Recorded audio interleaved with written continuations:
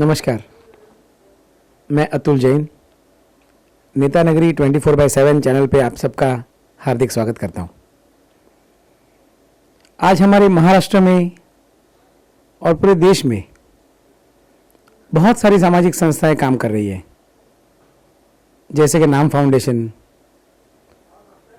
पानी foundation, cry जैसे अनेक संस्थाएं हैं जो दिन रात समाज की सेवा के लिए काम कर रही हैं।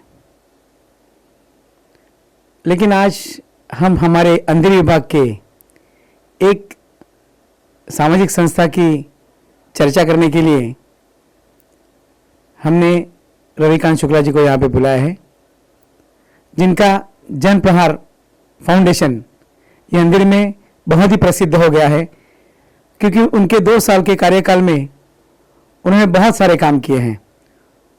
तो आइए आज हम जानेंगे सम्माननीय श्री रविकांत सर्वदानंद शुक्ला जी से।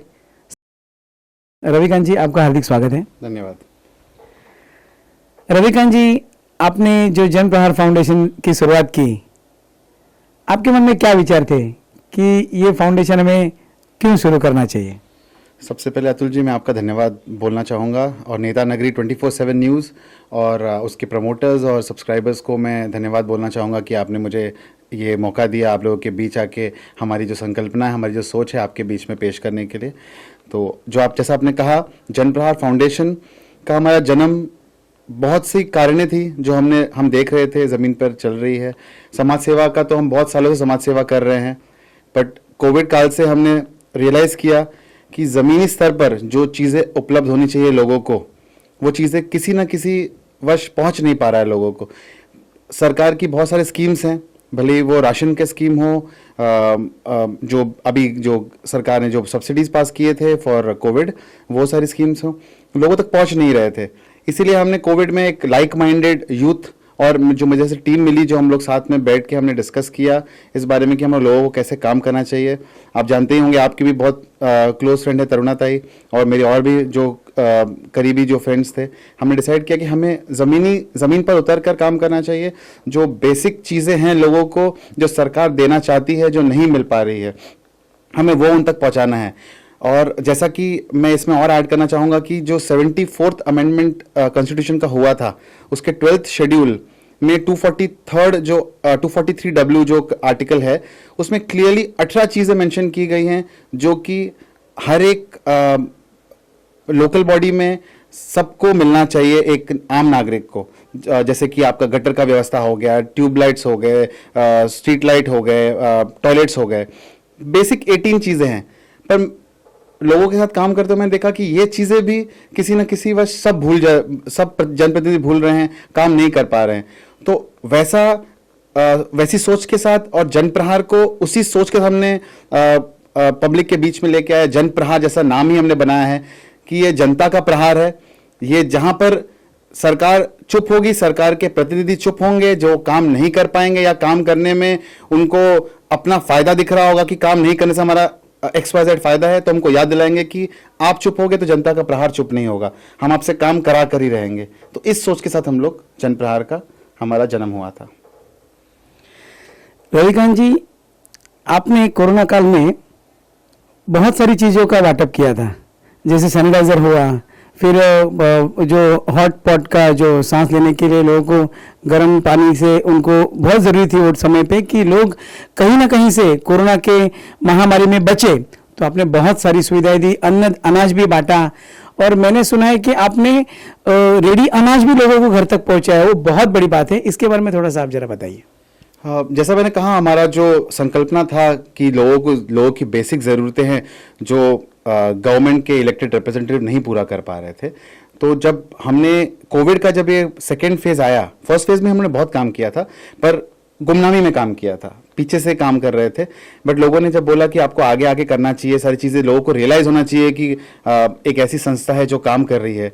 तो जब जन प्रहार हमने जब प्रॉपर उसको विधिवत उतारा लोगों के बीच में काम करने के लिए, उसी वक्त सेकेंड फेज कोविड का आ गया। हम हर वीक मेडिकल कैंप्स ले रहे थे, उस दौरान लोगों को फ्री में दवा दिला रहे थे, लोगों के ऑपरेशंस हॉस्पिटल्स में करा रहे थे, जो सरकार की जो स्कीम्स हैं जो सरकारी हॉस्पिटल्स नहीं करना चाहते, हम उनको याद दिला रहे थे कि सरकार की स्कीम है, आप किसी पे एहसान नहीं कर रहे हो। जब सरकार ने आपको XYZ सब्सिडी दिया है और कोई एक स्कीम आई है तो वो सरकार के लोगों के बेनिफिट के लिए आई है, आप इस तरह से नहीं अपना जिम्मा हटा सकते हो उसके ऊपर।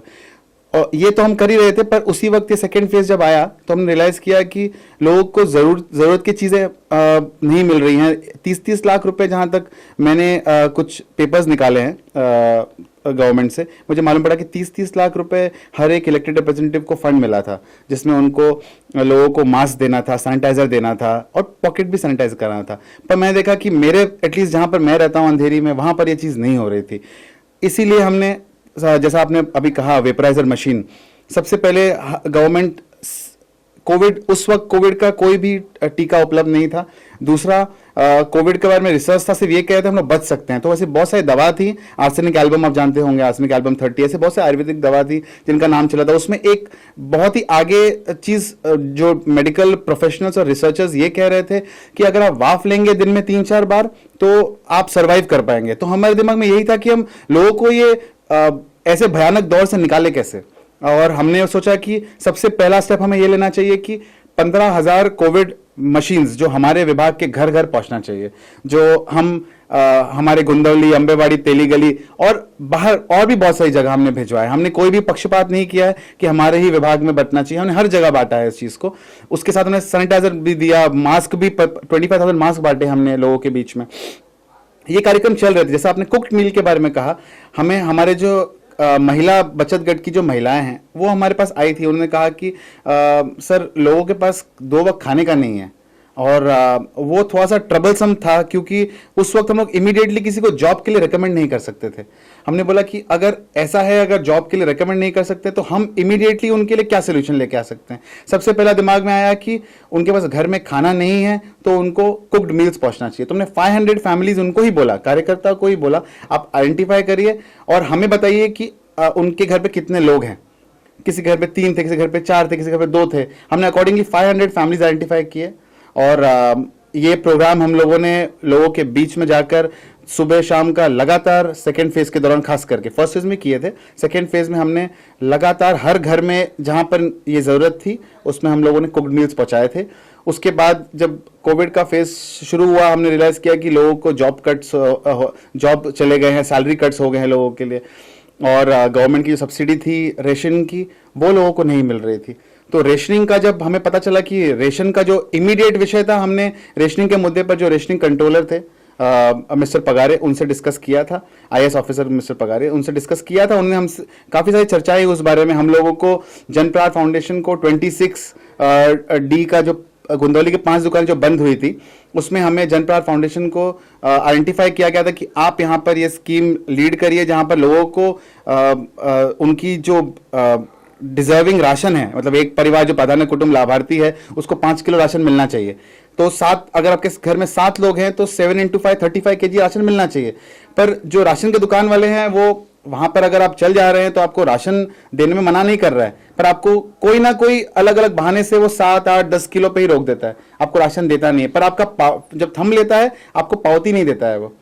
तो हमने ये पूरा रिसर्च करके हमने ये प्रेजेंट किया था जब, तो जनप्रहार फाउंडेशन और Tata institute of social science को गवर्नमेंट ने रिकॉग्नाइज किया कि आप लोग मिलकर अंधेरी में काम करिए।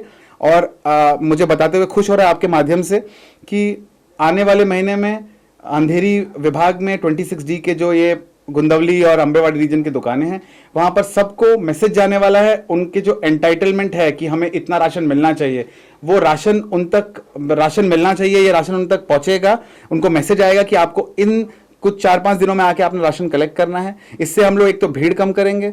कोविड का अगर आप दौर बोल रहे हैं कि कोविड का दौर है, तो सबसे पहले तो भीड़ कम होना चाहिए। तो आप मैसेज से उनको अगर बोलेंगे कि आपको 35 kg राशन मिलने वाला, आप आके ले लीजिए, तो चोरी कम हो जाएगी।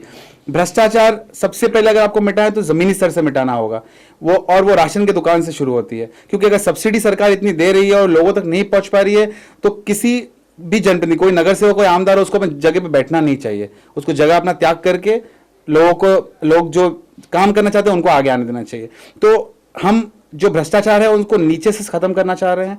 और इमीडिएटली जो मैं कह रहा था, हमने खुद 2000 फैमिलीज को आइडेंटिफाई किया जिनको हम हर महीने सेकेंड फेज में कोविड में 5 किलो चावल, 5 किलो दाल, 5 किलो चावल, 5 किलो आटा, 2 किलो दाल, 1 किलो शक्कर और 1 किलो तेल, उनको हम लगातार दे रहे हैं कोविड के फेज में। तो ये चलते ही रहा है और ये हम कोशिश करेंगे कि जब तक हमें नहीं लगता है कि जब तक लोग सेटिस्फाइड हैं, उनका जॉब वापस उनको मिल गया है, रीइंस्टेट हो गए हैं वो लोग, या उनका सैलरी में हाइक आ गया है, या जो कट हुए थे वो नॉर्मल रीइंस्टेट हो गया है, तब तक हम ये कार्यक्रम चलाते रहेंगे। बहुत बड़ी बात है। तो आपने बीच में बताया कि महिला बचत गट आपका जो है, तो महिला बचत गट बहुत बड़े पैमाने के आपके पास है, जो मुझे लगता है 15 से 20 कुछ बचत गट शायद है लगता है। तो उनके बारे में आप क्या सोच रहे हैं कि बचत गट और क्या क्या आप प्रहार फाउंडेशन, जन प्रहार फाउंडेशन के माध्यम से कराने वाले हो? 125 बचत गट हो गए हमारे। और मैं बेसिकली एक फेमिनिस्ट हूँ और मैं ये सोचता हूँ कि औरत को रिस्पेक्ट तो मिलना चाहिए, उनको रिस्पेक्ट के साथ उनको उनका दर्जा, जो पुरुष के साथ खड़े होने का दर्जा, वो प्राप्त होना चाहिए। इसके लिए आपको उनको सबसे पहले जॉब अपॉर्चुनिटीज क्रिएट करने होंगे। उनको आपको बताना पड़ेगा कि आप क्या क्या भूल गए हैं, आप कितना अपने परिवार के लिए सैक्रिफाइस किए हैं। मैं अपने घर में देखता हूँ, मेरी माता जी ने बहुत सैक्रिफाइस किया हमको आगे बढ़ाने के लिए, और वो सबसे जीता जाता उदाहरण उसके लिए मेरी सिस्टर है। वो एडिटर है इकोनॉमिक टाइम्स में, सीनियर पोजीशन पे है। तो मेरे घर से ही मैं वो देखता हूँ कि कैसे लोग आगे बढ़ रहे हैं। और आज के समय हमने जब महिला बचत गट पे काम करना शुरू किया, तरुणा ताई, जब हमने डिस्कस किया एक कंसेप्ट, तो हमारा एक विजन बहुत ही क्लियर था कि महिलाओं को सक्षम करना है। अब वो सक्षम करने के लिए उनको सबसे पहले बताना है कि गवर्नमेंट की स्कीम्स हैं, जो अगर आपको मिल जाए वो स्कीम, तो उनको मेरी या किसी और नगर सेवक आमदार की जरूरत नहीं है, गवर्नमेंट की स्कीम है। अब सब नगर सेवक आमदार भूल गए हैं कि उनको लोगों को अपने पैर पे भी खड़ा करना उनका एक जिम्मेदारी है, इसीलिए वो शायद बचत गट को इम्प्लीमेंट नहीं करते हैं, या लोग शायद सक्षम हो जाएंगे तो उन तक आएगा कौन, उनका झंडा कौन उठाएगा। हमने इस विषय को साइड में रखकर बचत गट पे काम करना शुरू किया, और आज हमारे पास 125 बचत गट हैं। और हमारा संकल्पना है कि आने वाले दिसंबर तक हमारे 200 बचत गट हों, जो हमारे ही वार्ड में हो और जो रजिस्टर्ड हो। उसके साथ हम लोग हर बचत गट को ट्रेनिंग प्रोवाइड कर रहे हैं, और ट्रेनिंग ऐसा है कि उनको हम लोग सिलाई मशीन का ट्रेनिंग प्रोवाइड कर रहे हैं, उनको हम लोग अगरबत्ती मेकिंग, परफ्यूम मेकिंग का ट्रेनिंग प्रोवाइड कर रहे हैं। साथ में उनको हम लोग जो आपका ब्यूटी पार्लर का, ब्यूटिशियन का नर्सिंग क्लासेस हम लोग कर रहे हैं।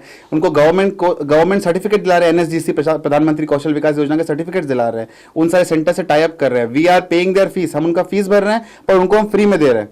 उन तक कोई भी बर्डन नहीं जाना चाहिए। हमारा ये सोच है कि इन महिलाओं को अपने पैर पर खड़ा करना चाहिए, जिससे वो लोग घर में कंट्रीब्यूट कर पाएं। महिलाएं, अगर आप एक पुरुष को सिखाते हैं तो पुरुष अपने लिए रह जाएगा, पर एक महिला परिवार के साथ समाज को भी आगे बढ़ाएगी।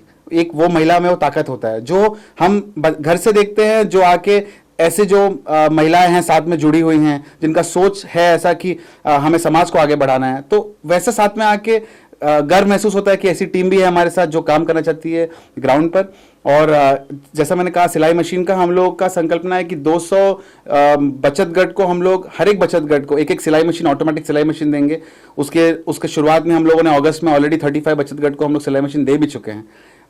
उनको सिलाई मशीन के साथ जॉब अपॉर्चुनिटीज क्रिएट करके दे रहे हैं। हम हॉस्पिटल से बात कर रहे हैं, और जो छोटे छोटे बच्चों के कपड़े बनते हैं वो वाले कंपनी से बात कर रहे हैं कि आप इनको जॉब दीजिए, जो जहाँ पर बहुत ही लूज फिटिंग कपड़े होते हैं, हॉस्पिटल्स के कर्टन्स होते हैं हॉस्पिटल्स के, आप इनको जॉब दीजिए, घर पे बैठे 4-5 घंटा ये लोग कुछ रोजगार कर लेंगे। तो इस कड़ी में हम लोग कोशिश कर रहे हैं कि हम लगातार आगे बढ़ते रहें, और बचत गट के साथ बचत गट के फेडरेशंस, और कोशिश रहेगा कि ये जो प्रोग्राम है ये लगातार निरंतर चलता जाए। और बहुत सारी सोच दिमाग में बना के होती है, साथ में तरुणा ताई भी रहती हैं, तो महिलाओं को कैसे आगे बढ़ाना है। आने वाले 10 सालों में हम लोग इसका एक शायद 10 साल बाद जब बात कर रहे होंगे तो आपको एक अलग महिलाओं की छवि अंधेरी में देखने को मिलेगी। बहुत ही बड़ी बात है। इतनी विस्तार में आपने जो बात समझाई, वो आदमी जब ग्राउंड लेवल पे काम करता है तो ही समझा पाता है, तो ये मैं समझ चुका हूँ। और दूसरी एक बात ये थी कि एक विशेष उपक्रम आपने हाथ में लिया था कि जो महिलाओं के सैनिटरी नैपकिन जो होते हैं, उसमें कुछ अलग तरह का आपने विशेष रूप से कुछ ध्यान दिया, और वो बनाने के लिए प्रोडक्शन आपने चालू किया। इसका श्रेय मैं त्रिशरण महिला बचत गट को देना चाहूँगा। ये कुछ महिलाएं हैं जो उनके अंदर जो बिजनेस वुमेन है उसको रियलाइज़ करती हैं और सरकार से भीख नहीं मांगती हैं, वो अपना हक छीन के लेके आती हैं, जो उनका हक है वो लेके आती हैं। और जन प्रहार फाउंडेशन पे रियलाइज़ किया कि ऐसी महिला बचत गट को ऐसा कुछ उपक्रम बीएमसी ने दिया है, तो ये हमारा फर्ज होता है कि बीएमसी ने कोई एक चीज़ दे दिया, तो अगर आपको मालूम होगा बीएमसी तो काफ़ी समय से लोगों को देती है, चक्की का मशीन हो गया और आपका आटा वाला मशीन जो ग्राइंडिंग मशीन है और जेरोक्स मशीन हो गया, पर लोग अक्सर क्या करते हैं उसको बेच देते हैं कि उनको मालूम नहीं आगे क्या करना है। आपका इस दुकान का उपलब्धता नहीं है, गुमास्ता लाइसेंस है, दुनिया भर का लाइसेंसिंग का काम हो जाता है। तो हमने जब ये हमें पता चला इस बारे में, तो हमने जो त्रिशरण महिला बचत गट की प्रमुख हैं वैशाली अंबुरे जी, वैशाली ताई से बात की है हमने, उनको हमने बोला कि आपका स्वागत है, जन प्रहार के माध्यम से हम आपको प्लेटफॉर्म देंगे जिससे हम लोगों को अंधेरी में नहीं ग्रामीण भागों में भी मेंस्ट्रुअल हाइजीन का आपको हम लोग पहुंचने का मौका देंगे।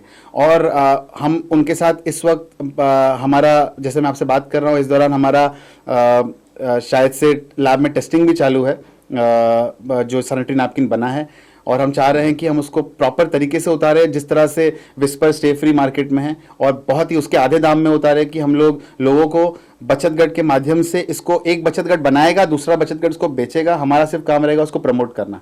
और ये जो गंदे कपड़े और पुराने कपड़े जो ग्रामीण भागों में महिलाएं यूज़ करती हैं, हम उस पर भी विशेष गौर से ध्यान करेंगे, वहाँ पर हम कैसे खुद इसको प्रोक्योर करके फ्री में ग्रामीण भागों में डिस्ट्रीब्यूट करें, खास करके ट्राइबल इलाकों में। तो इसीलिए ये प्रोजेक्ट खास करके मेरे तो दिल से बहुत क्लोज है कि हम लोगों तक ग्रामीण भागों में खास करके पहुँचे इसमें। बहुत बड़ी बात है। और इसके बाद रवि जी, आपसे मैं विशेष बात ये कहना चाहूँगा कि एक स्तुत्य उपक्रम आपने किया है, जो कन्याओं का और महिलाओं का गर्भाशय का टीकाकरण आपने करवाया, और वो भी मुफ्त में। और इसके बारे में कोई आज नेता तो छोड़िए, सरकार छोड़िए, कोई हॉस्पिटल भी इसके बारे में कोई एडवर्टाइजमेंट या कुछ बताती नहीं है, लेकिन आपने ये करवाया कैसे? इसका मैं पूरा श्रेय अपने टीम को दूंगा, और हमारी टीम अक्सर इस बारे में सोचती रहती है कि हम लोग कैसे नए नए चीज़ें लोगों तक लेके जा पाएँ। और ये सर्वाइकल कैंसर का जो विषय है, सर्वाइकल कैंसर जो गर्भाशय के मुख का कैंसर है, इसका इलाज अगर आपको इनिशियली, जो महिलाएं, आपको पता भी होगा, ये बहुत ही अब कॉमन प्रैक्टिस हो गया है पीसीओडी, और लोगों को जो हैवी ब्लीडिंग होता है at the end of their cycle, तो वो हमें, जब ये विषय का हम लोग एक तरफ तो सैनिटरी नैपकिन दे रहे हैं, दूसरी तरफ हम लोगों को एक कैंसर से बचने के लिए हम लोग क्या कर सकते हैं। तो गवर्नमेंट के शेड्यूल में ये एक कैंसर का, अगर आप प्राइवेट डॉक्टर्स के पास जाएंगे अपनी बेटी को लेने, टीका दिलाने के लिए, तो उसमें 9 साल और 18 साल पे 2 वैक्सीन का जिक्र होता है, एचपीवी। अब HPV, human papilloma virus, is a virus जो आपके गर्भाशय को इम्पैक्ट करता है, अफेक्ट करता है, और एक बार आपका गर्भाशय अफेक्ट हो जाता है तो आपको फिर कैंसर हो जाएगा, और फिर वो इस स्टेज पे पहुंच जाएगा कि आपके पास या तो आपका गर्भाशय तो एक निकालना पड़ेगा, पर उसके आगे क्या डैमेज कर देगा वो बहुत ही प्रॉब्लमेटिक हो सकता है। बहुत सारी महिलाएं, इस टीका आने के पहले इनका मौत हुआ था, और इसका गवर्नमेंट के पास डेटा भी है। तो हमने ये सीपीए और आदित्य बिरला ग्रुप के साथ ये मिलकर टाइप में किया था, बिकॉज ये बहुत कॉस्ट इंटेंसिव प्रोजेक्ट था। एक वैक्सीन का कॉस्ट इसमें 3 to 4,000 रुपीज़ है, और 9 से 18 साल की बच्चियों को 2 वैक्सीन लगता है, 18 से 45 साल की औरतों को 3 वैक्सीन लगता है। तो हमारे टीम ने पूरा डिस्कस किया कि हम कैसे अप्रोच करें, तो हमने कैंसर पेशेंट एड एसोसिएशन और आदित्य बिरला को अप्रोच करके साथ में उनकी कोलैबोरेशन में ये प्रोजेक्ट लेके आए। और अभी तो हमने 1000 महिलाओं का फर्स्ट फेज में किया था, रक्षाबंधन के दौरान हमने उनको एक गिफ्ट दिया था।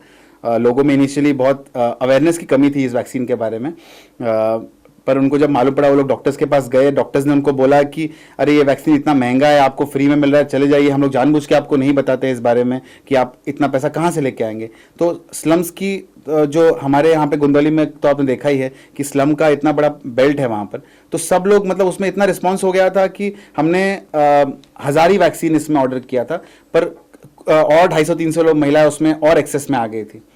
तो हमने उनका भी नाम लेके रखा है। अब उनका सेकेंड जो फेज का वैक्सीन था, क्योंकि 3 वैक्सीन लगता है 18 to 45, सेकेंड फेज अभी हम लोगों ने 24 अक्टूबर को कराया था संडे को, और उसका भी रिस्पॉन्स सारी महिलाओं ने आके लिया है। उसमें हमने कुछ न्यू वैक्सीन भी लगाए 9 to 18 ईयर्स की बच्चियों को।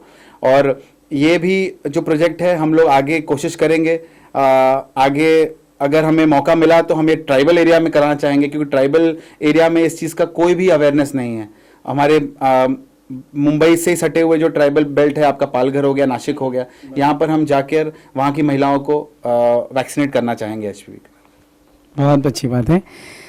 रविकांत जी, आपने तो बहुत सारे प्रोग्राम खुद जन प्रहार फाउंडेशन के द्वारा शुरू किए, लेकिन आपने आपके जो पापा हैं उसके बारे में कभी किसी को नहीं बताया, और हमें अंधेरी के सभी लोगों को पता है कि आपके पापा सर्वदानंद शुक्ला जी, उनका राजनीति में कितना बड़ा नाम है। पिछले कई सालों से जहां इलेक्शन हो या कोई भी राजकीय जो वातावरण निर्मित होती है, तो वहां पे सर्वदानंद शुक्ला जी का नाम पहले आता है। लेकिन आपने बिना उनके नाम के आपने काम किया है, लेकिन आपके पापा को तो कोई नहीं भूल सकता। थोड़ा सा पापा के बारे में आप बताएं। पापा का बेसिकली पापा के ही नींव पे, फाउंडेशन पे मैं खड़ा हूँ। जन प्रहार फाउंडेशन के पहले उनका नाम आता है, और आज भी हम मेरे मार्गदर्शक हैं। सुबह निकलने के पहले कितना भी बिजी रहूँगा, क्योंकि पापा सुबह जल्दी उठ जाते हैं, 4 साढ़े 4 बजे उनका नियम है उठना, और रात में जल्दी सोते हैं, तो मैं रात में तो मैं बहुत लेट पहुँचता हूँ। उनसे 10 मिनट भी बात करता हूँ तो मुझे दिन का शेड्यूल में और क्या ऐड करना है मालूम पड़ जाता है। और पिताजी से बहुत कुछ सीखने को मिला है, और जो उनके वजह से जो लोग मुझसे कनेक्टेड हैं, मुझे आशीर्वाद देते हैं, मुझे वो फीलिंग आ जाता है कि मैंने बहुत कुछ मतलब बिना कोशिश किए हासिल कर लिया है। और आपने जैसे राजनीति की बात कही, तो 1985 से हमारे पिताजी चुनाव लड़ रहे थे, और 1985 में ही मेरा जन्म था। जब वो फर्स्ट टाइम इलेक्शन लड़े थे, उस टाइम मैं मम्मी के पेट में था। तो वो सारी चीज़ें पापा का मैं देखते हैं, और लोगों से किस तरह से कनेक्टेड रहते हैं। मैं 1992 राइट्स में भी देखा हूँ कैसे वो एक मर्द की तरह निकल जाए थे लोगों की सेवा करने के लिए, और कभी भी किसी से डरे नहीं हैं, उनको बेबाक हमेशा रहा है। तो राजनीति से ज़्यादा मैं उनको एक समाज सेवक के रूप में देखता हूँ। और राजनीति शायद उनको, मतलब मैं तो एटलीस्ट जो मैंने अपने पापा को पहचाना, राजनीति उन्होंने कभी किया नहीं, ना करने आया है उनको, क्योंकि वो कभी भी उनके जो मन में रहता था, जो वही सेम चीज़ उनके जुबान पे रहता था।